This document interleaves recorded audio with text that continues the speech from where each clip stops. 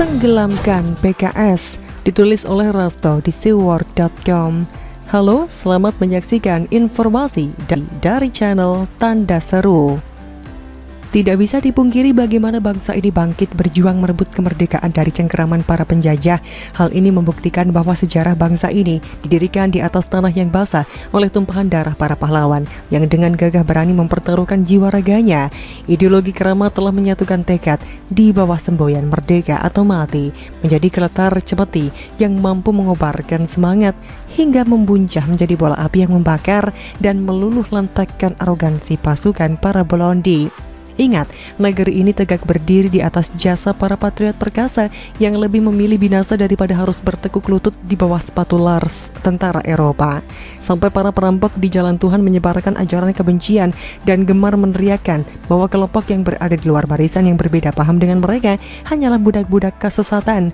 Para perampok di jalan Tuhan memang pandai memanfaatkan kelemahan orang yang memiliki pengetahuan keagamaan kurang mapan, padahal tidak jarang dari mereka adalah orang yang memiliki latar belakang bukan sembarang, yang pada akhirnya kondisi seperti ini sedikit demi sedikit mengikis sikap patriotis karena ego sekretarianis menjadi angkara, menggantikan sikap nasionalis dan lebih miris melihat tokoh agamis yang bersikap bahkan mencontohkan sikap kurang toleran dan tidak humanis. Cukup aksiomatis dengan frase yang menarasikan jika ingin menguasai orang bodoh, bungkuslah kebatilan dengan agama. Dan pada kenyataannya, gimik agama memang memiliki kekuatan daya hancur yang efektif. Bayangkan, para perampok di jalan Tuhan itu berhasil membodohi dan menghasut dengan cara mencuci otak masyarakat di berbagai lapisan dengan menggunakan jargon agama sebagai motifnya. Sebuah cara yang sangat efektif. Bagaimana tidak, ketika kita tidak mendukung apa yang mereka lakukan, dengan spontan mereka akan menuduh dan memberikan label kepada kita dengan sebutan sebagai anti-Islam, kafir, fasik, dan lain sebagainya. Yang jelas shock terapi ini sangat ampuh mendowngrade, menjatuhkan mental seseorang, sehingga bagi yang mentalnya sudah jatuh akan terpengaruh dan lebih memilih bergabung dengan kelompok itu. Sedikit orang yang tetap memegang teguh keyakinannya. Bisa kita lihat bagaimana paham ini dapat berkembang secara pesat dan tumbuh subur di banyak perguruan tinggi, instansi pemerintah maupun swasta seperti LSM, bahkan di institusi militer sekalipun. Bahkan paham ini sudah secara masif merambah dunia pendidikan yang ada di beberapa provinsi.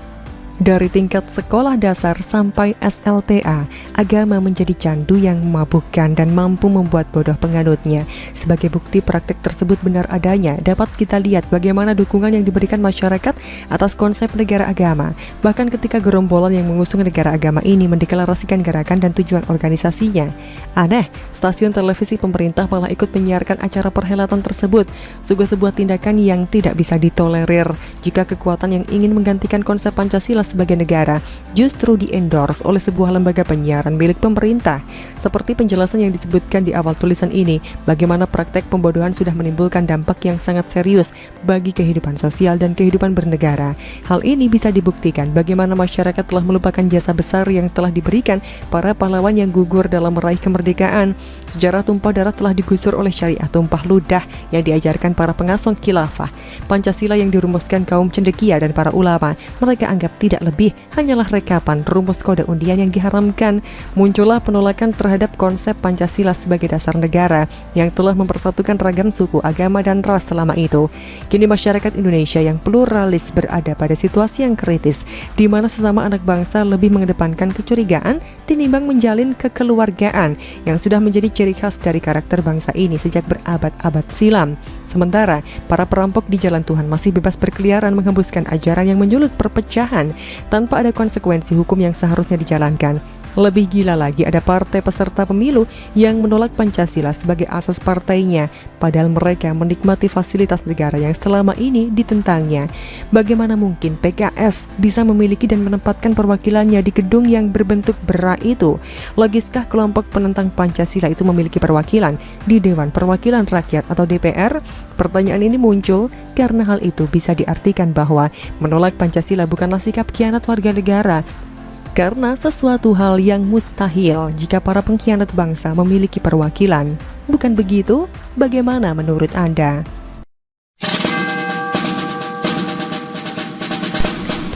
Jangan PPKM hingga 9 Agustus di DKI imbas terapi kejut lawan COVID, ditulis oleh Argo Javiras di seaworld.com.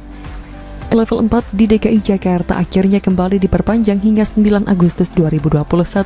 Keputusan itu tertuang dalam Instruksi Mendagri nomor 27 tahun 2021 tentang pemberlakuan pembatasan kegiatan masyarakat level 4, level 3, dan level 2 Coronavirus Disease 2019 di wilayah Jawa dan Bali.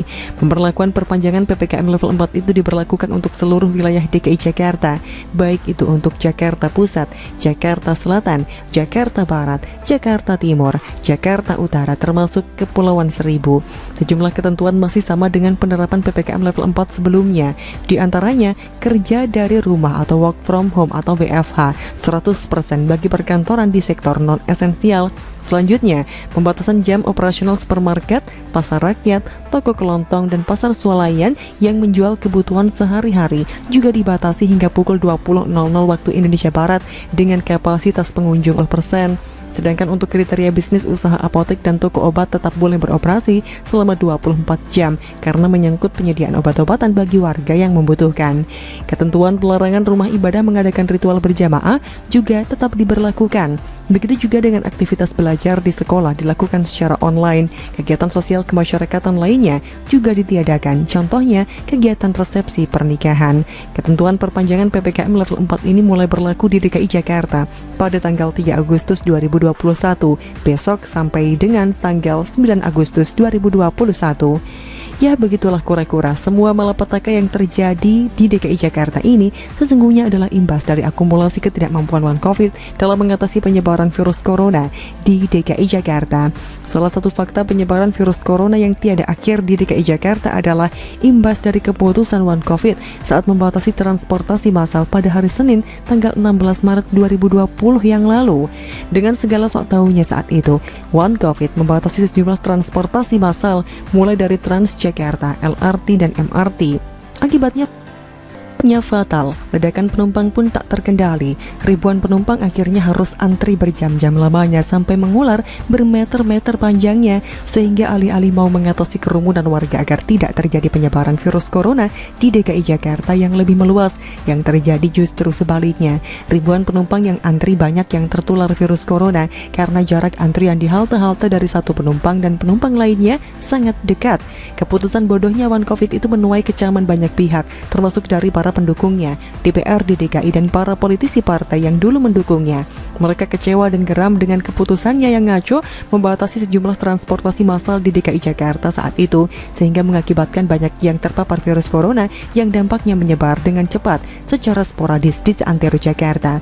Namun bukan One Covid namanya kalau tak pandai berkelit, seperti halnya para pedagang Arab penjual karpet dan minyak wangi di Tanah Abang yang tukang ngibul dengan lihainya. One Covid pun memutar balikan fakta.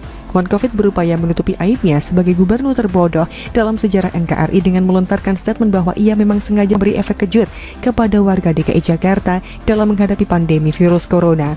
Pernyataan tak masuk akal itu dilontarkannya dalam rapat gabungan dengan gugus tugas COVID-19 yang diunggah pemerintah Provinsi DKI Jakarta sehari setelah insiden antrian penumpang yang membludak tak karu-karuan saat itu.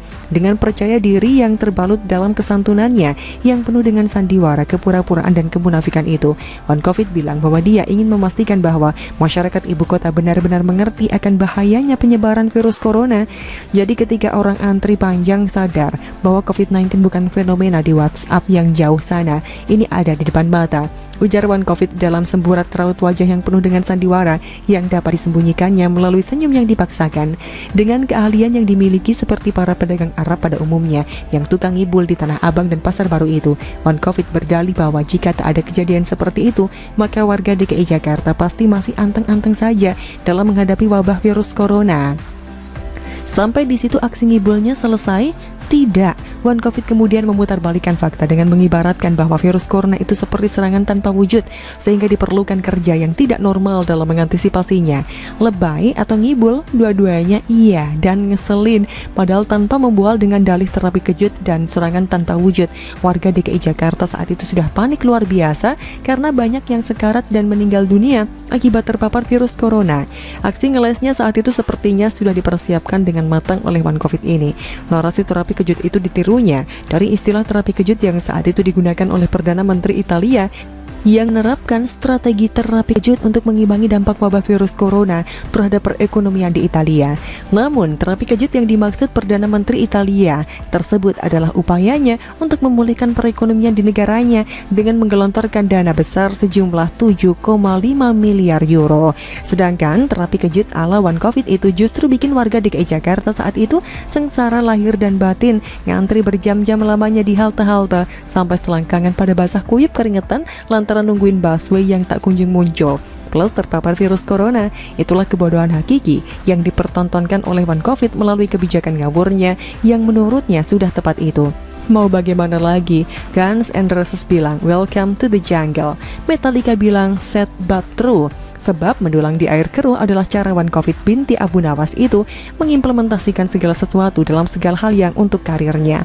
Makanya, jangan heran kalau orang yang tak becus ini bisa tembus jadi gubernur DKI Jakarta.